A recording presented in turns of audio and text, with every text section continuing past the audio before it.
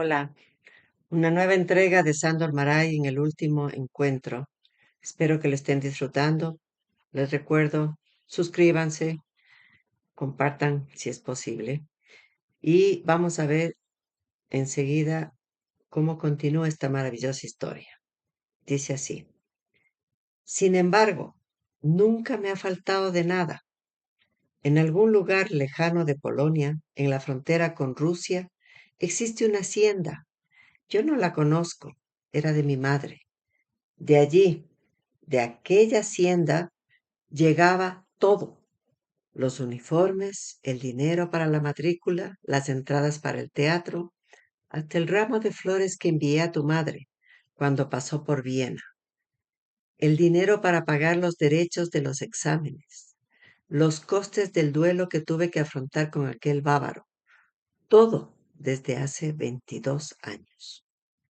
Primero vendieron los muebles, luego el jardín, las tierras, la casa. Después vendieron su salud, su comodidad, su tranquilidad, su vejez, las pretensiones sociales de mi madre, la posibilidad de tener una habitación más en esta ciudad piojosa, la de tener muebles presentables y la de recibir visitas. ¿Lo comprendes? Lo siento mucho, dijo Henrik, nervioso y pálido. No tienes por qué disculparte, dijo su amigo, muy serio.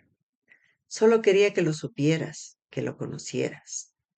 Cuando aquel bávaro me atacó con la espada desenvainada, cuando se esforzaba por herirme muy alegremente, como si fuera una broma excelente, querer cortarme en pedazos y dejarme inválido, y por pura vanidad, yo veía el rostro de mi madre, me acordaba de ella, le veía yendo al mercado todas las mañanas para que la cocinera no le robase un par de monedas, porque un par de monedas diarias significan todo un dinero al final del año, un dinero que me puede mandar a mí en un sobre. En aquel momento habría podido matar de verdad al bávaro, porque él quería hacerme daño por pura vanidad, porque no sabía que el menor rasguño que me hiciese habría sido un pecado mortal contra dos personas de Galicia, que han sacrificado su vida por mí sin decir palabra. Cuando yo doy una propina a un criado en vuestra casa, gasto algo de su vida. Es difícil vivir así, dijo, y se puso muy colorado. ¿Por qué? Preguntó el otro, muy bajito. ¿No crees que ellos disfrutan así con todo eso? Quizás, dijo el joven, y luego se calló. Nunca había hablado de todo esto. En aquel momento lo había articulado balbuceando, sin mirar a los ojos de su amigo. Para mí es muy difícil vivir así. Es como si mi vida no me perteneciese. Cuando me pongo enfermo, me asusto, como si estuviera gastando algo que no es mío, como si mi salud no fuera mía. Soy soldado, me educaron para matar, para que me mataran. Llegado el caso, lo he jurado, pero ellos, ¿para qué han soportado todo esto si a mí me pueden matar? ¿Lo comprendes? Ellos llevan 22 años viviendo en esta ciudad de aire viciado, donde todo huele tan mal, como en una casa sucia, como en una posada de tercera categoría.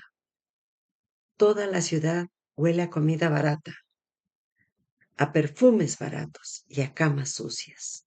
Aquí viven ellos, sin protestar.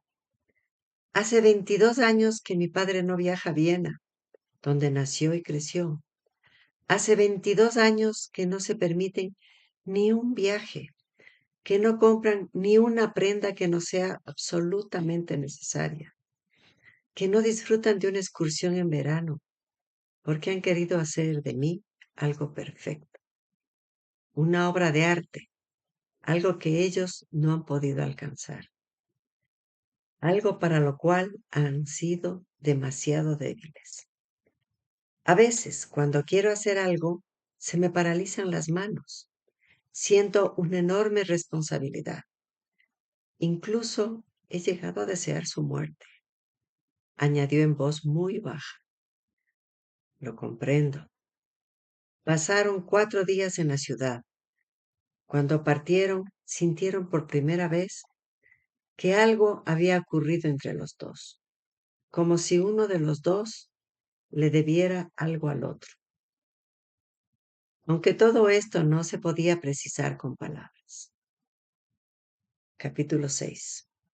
Conrad tenía un refugio a donde su amigo no podía seguirle, la música. Era como si tuviera un lugar secreto, solo para él, donde nadie en el mundo pudiera alcanzarlo. Henrik tenía callos en los oídos. Le bastaba con la música zíngara y los valses de Viena.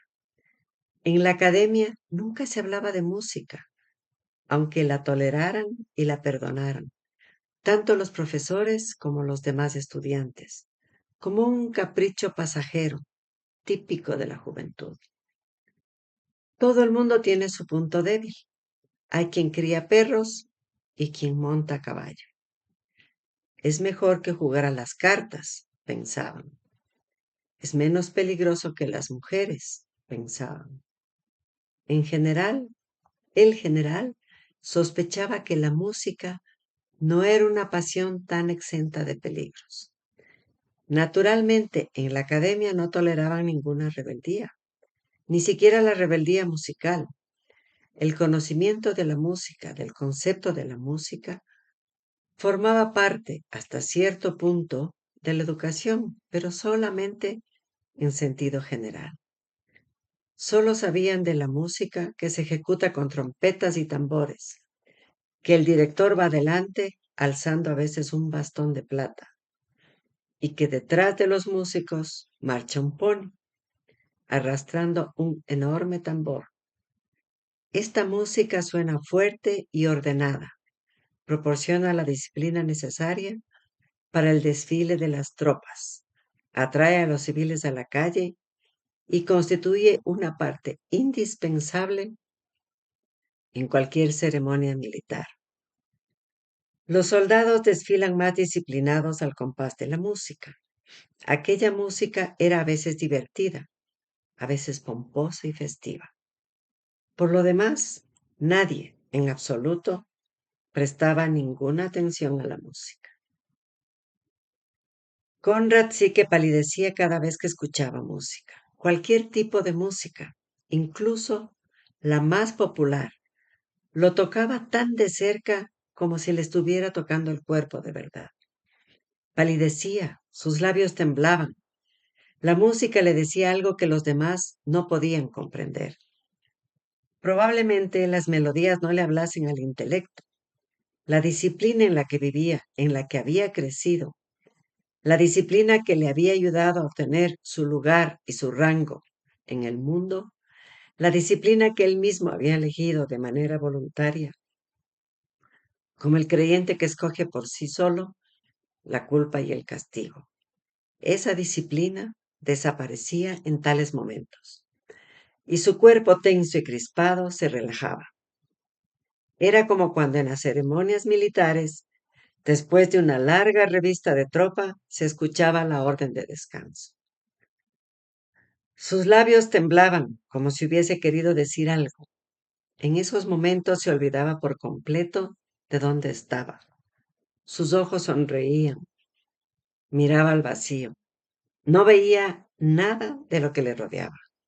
No veía a sus superiores ni a sus compañeros, ni siquiera a las damas elegantes, ni al público del teatro. Escuchaba la música con todo su cuerpo, con una atención parecida a la que presta un condenado en su celda al ruido de pasos que quizás lleven la noticia de su salvación. En esos momentos no oía a quienes se dirigían a él. La música rompía en pedazos el mundo a su alrededor. Cambiaba las leyes establecidas de manera artificial durante unos instantes. En esos momentos, Conrad no era un soldado.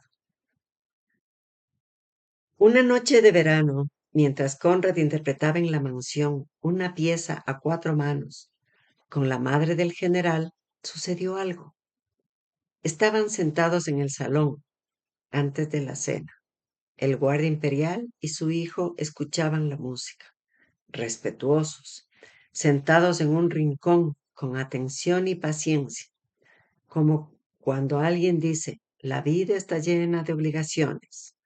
La música también hay que soportarla.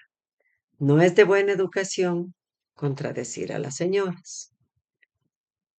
La madre ejecutaba la pieza con pasión, tocaba la polonesa, fantasía de Chopin. Era como si todo se hubiese revuelto en el salón.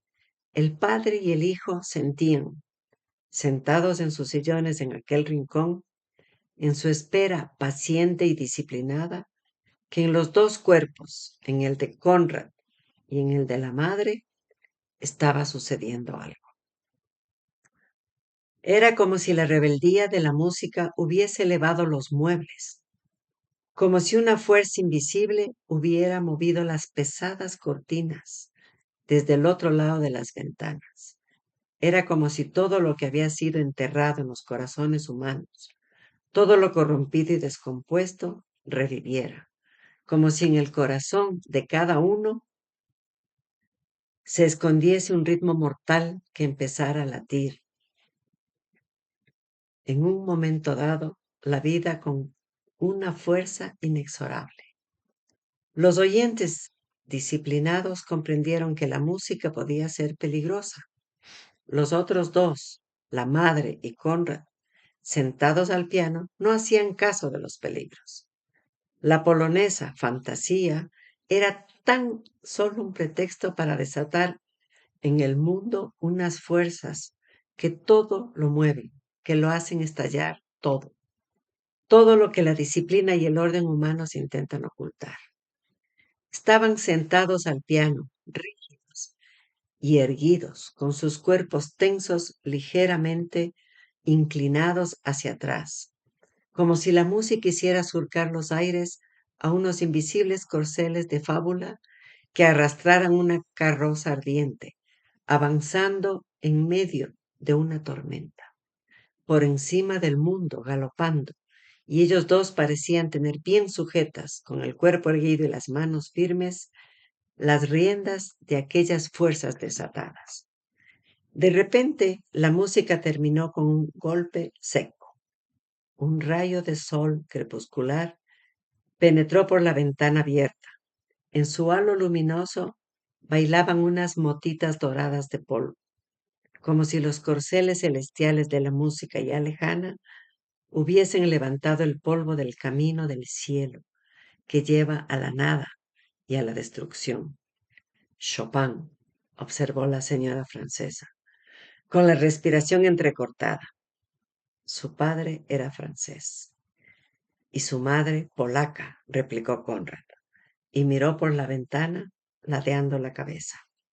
Era pariente de mi madre, añadió después, sin darle importancia, como si aquella relación fuera algo vergonzoso.